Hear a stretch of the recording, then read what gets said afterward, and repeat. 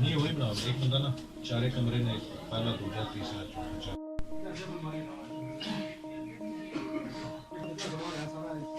आजकल दो कमरे ना 6 महीने दो कमरे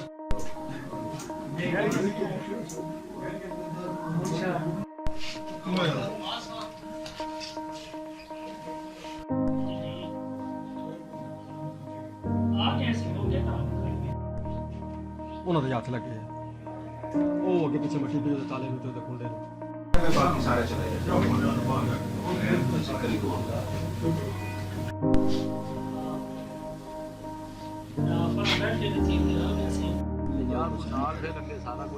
जी जी